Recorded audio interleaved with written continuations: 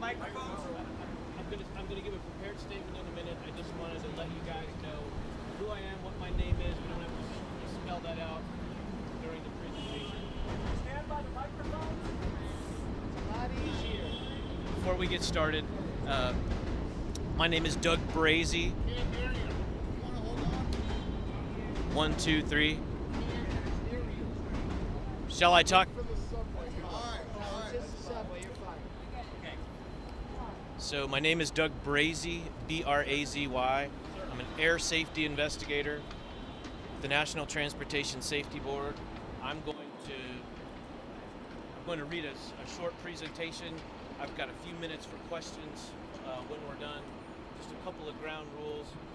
We're not going to talk about the cause of the accident. I realize how disappointing that is, but it's just far too early for us to know what that is. We're not going to talk about the pilot's name. That's somebody else's responsibility. And we're not going to talk about helicopter safety or general aviation safety or general things about flying helicopters in New York City. We've got some information about this event, what we're doing, why we're here, a few minutes for questions, and then I got to go back to work. Is everybody okay with that? Yeah. Great. B-R-A-Z-Y. Correct. Good afternoon. Thank you all for coming. My name is Doug Brazy. I'm an air safety investigator with the National Transportation Safety Board. First and foremost, I'd like to offer our condolences to the family and friends of the pilot who was killed in this tragic accident. I'd also like to offer my sincere gratitude for the outstanding work, help, and cooperation of the New York Police Department, the Fire Department of New York, the New York Emergency Management Office, the Office of the Chief Medical Examiner, the Department of Buildings, the Federal Bureau of Investigation, the FAA, and the building management company, Commonwealth Partners. Yesterday, we formed a team to investigate this accident involving an Augusta 109E twin-engine helicopter which crashed on the roof of 787 7th Avenue yesterday afternoon. There's not a heliport located on top of the building. The investigative team includes Leonardo Helicopters, Pratt & Whitney of Canada, and the Federal Aviation Administration. Our mission is to gather the facts and ultimately determine the probable cause of this accident and make recommendations to prevent similar accidents from happening in the future. This morning we met with first responders and our investigative team to set the scope and begin our on-scene examination.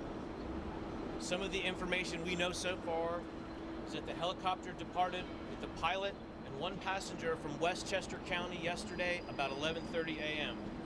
It landed in Manhattan about 11:45 a.m. The passenger disembarked.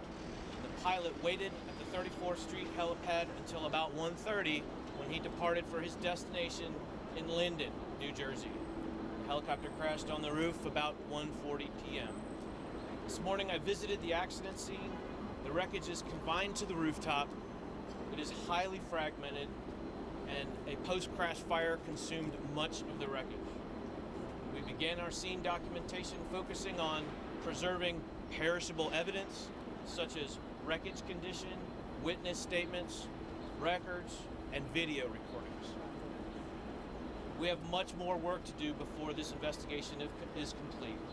We've begun gathering records about the pilot, the helicopter, the weather and environment at the time of the accident. And we've already begun our witness interviews. Several witnesses have been already interviewed, including the passenger on the previous flight, staff at the 34th Street helipad, with more witness interviews ongoing now and planned. Anyone who saw or heard or knows anything about this flight should contact us at the following email address: witness@ntsb.gov. After the on-scene documentation is complete, the wreckage will be moved to a secure location for a more detailed examination for the remainder of this week. The NTSB will not determine the probable cause while on scene or speculate about the cause or the circumstances of this accident. You can expect a preliminary report summarizing the facts gathered while we were here in New York in about 2 weeks on the NTSB.gov website. That report will also not contain the cause. It will summarize the facts gathered to date. I've got time for a few questions. Not too many. I've got to get back to work, and hold on one second. I want to give you, before I forget, for all the questions I don't get to or can't answer because I don't have that information right now, you need to contact NTSB Mr. Terry Williams at 202-314-6100. I've got just a few minutes. Go ahead. Did this helicopter have a flight data recorder or a voice recorder? And if so, is that something you think you can do about? It's an excellent question. The helicopter was not installed. The cockpit voice recorder and flight data recorder were not installed on the helicopter. They're not required. However, there is instrumentation and helicopter systems that do have memory in them and the capability to record. We're searching for those on the rooftop right now. Can you talk more about the weather? The NYPD's aviation unit, they were grounded because of the weather yesterday. Should this helicopter have been in the air? Well, that's something that we're looking into. I've not reviewed the records, but it's certainly one of the most interesting concerns we have is gathering as much information about the weather. Should the helicopter have been flying? I don't know yet. Sorry, you said communication.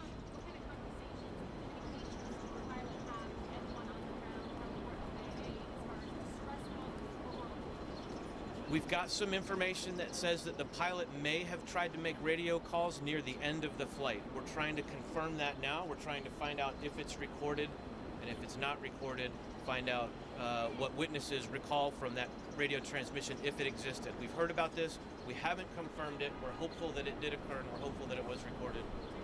Doug, can you characterize what, if any, conversations the pilot had with air traffic controllers, and what is the protocol for communicating with ATC when you're over Manhattan?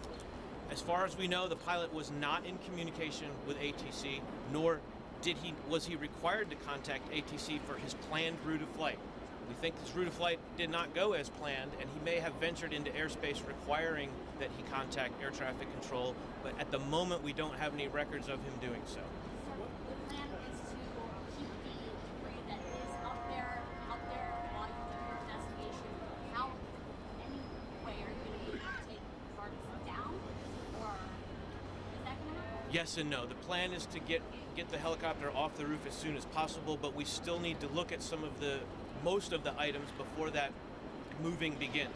I hope the moving begins this afternoon or this evening. It's going to be very challenging. The salvage company responsible is on they're en route right now.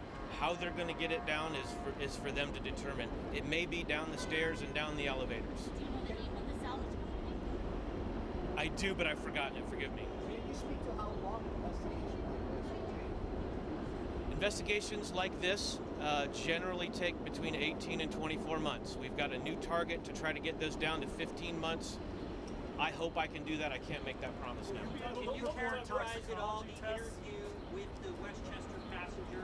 Did he say there was any problem aboard the helicopter on the way to 34th? I don't have the details of that conversation, but what I've been told from the interview with the passenger on the previous flight is that there was nothing out of the ordinary. Will you be able to perform toxicology tests on the remains of this pilot? Toxicology tests are something that we normally do in all fatal accident investigations at the NTSB, and we plan to do so in this one. Doug, an eyewitness shot video of a helicopter appearing to fly erratically in that area. Will you be able to determine if that indeed was the helicopter that crashed? I I haven't seen that video. I've heard about it. We believe that to be the helicopter. It's something that I still have to confirm. Doug, he was waiting between 11:45 and 1:30. Roughly 11:45 to 1:30. Yes, he was waiting, and I don't know if he was waiting for the weather, but he was reviewing the weather or looking up the weather during that time. What So, Doug, exactly do did you he know- say do you about know the if he need was to wait for the weather to clear? There's two more questions. Do you know if he was cleared to go at that moment at 1:45 when he stopped?